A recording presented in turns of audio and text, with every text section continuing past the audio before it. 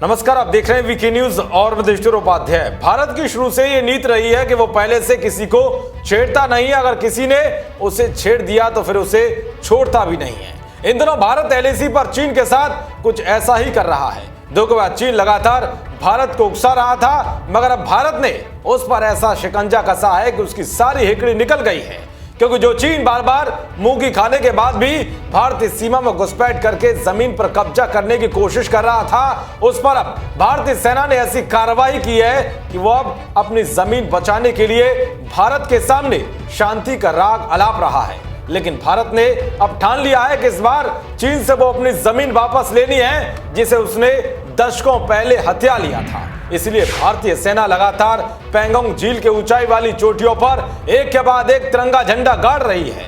जहां हाल ही में चीनियों को खदेड़ते हुए भारतीय सेना ने ब्लैक टॉप पोस्ट पर कब्जा करने के साथ ही चीनी सेना के कैमरे और सर्विलांस सिस्टम को उखाड़कर फेंक दिया था, तो वही एक बार फिर से लद्दाख में भारतीय सेना ने पराक्रम दिखाया है, जिससे चीन के खेमे में खलबली मच गई है।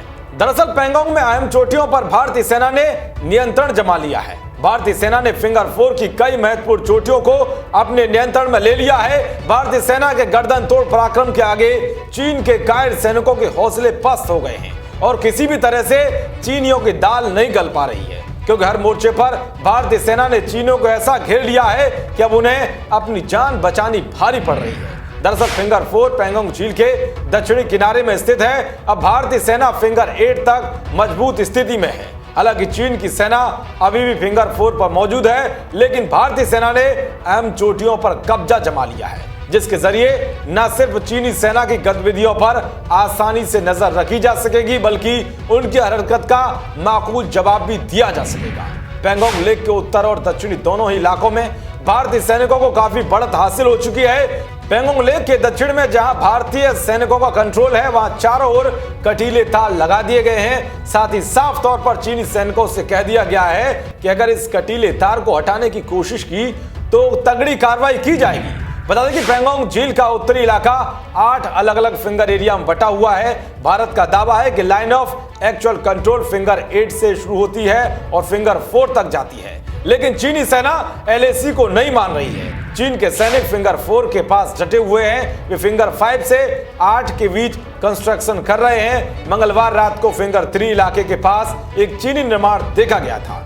खबर तो यह भी है कि वायुसेना एलएसी के पास बनी हवाई पट्टियों और हेलीपैड का निरीक्षण कर रही है। आपात स्थिति में इस्तेमाल की तैयारी है। भारत के स्वदेशी लाइट यूटिलिटी हेलीकॉप्टर को लेह में सफलतापूर्वक उतारा गया है। दौलत बेग, गोल्डी, सियाचिन और लेह में लैंडिंग कर टेस्टिंग की गई। सीमा पर तैनात सभी जवानों को बेहद सतर्क रहने को कहा गया है। भारत के सैनिक अब पैंगोंग झील के उत्तरी और दक्षिणी दोनों किनारों पर ऊंची चोटियों पर पहुंच गए हैं, जबकि चीन की सेना यहां के निचले इलाकों में है। झील के दक्षिणी किनारे के आसपास की जमीन ज्यादा समतल और चौड़ी है, जबकि उत्तरी भाग में ऐसा नहीं है। रास्ता जिन पहाड़ों के बीच से होकर गुजरता है, उनकी ऊंचाई 16,000 फीट तक है और अब भारत के सैनिक इन पहाड़ों की ऊंचाई पर मुस्तैद हैं, जिससे चीन घबराया हुआ है। देश और दुनिया की तमाम खबरों को पाने के लिए देखते रहिए वीके न्यूज। नमस्कार।